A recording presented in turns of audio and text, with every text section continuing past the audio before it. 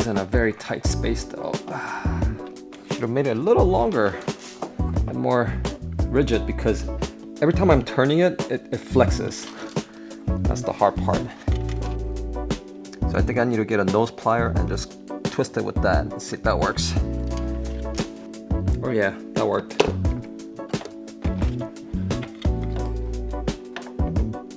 And then just pull it out. And then here's the whole assembly.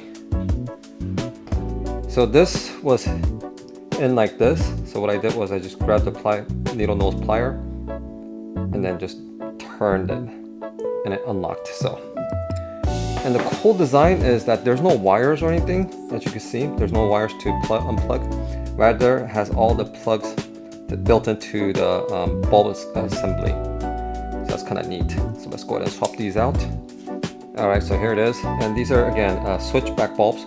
So it has these amber LEDs and then two clear LEDs. So if we turn it on without turning the turn signals, then it should light up white, which should match the headlight. So now all we have to do is slide it back in, lock it in place, and we're good to go. Okay, so it's in. It's a bit tricky because you're basically going in blind.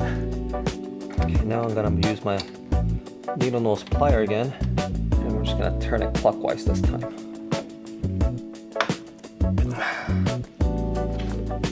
Okay, I think that's in. Let's try it. That was a pain in the butt. Oh yeah, there we go.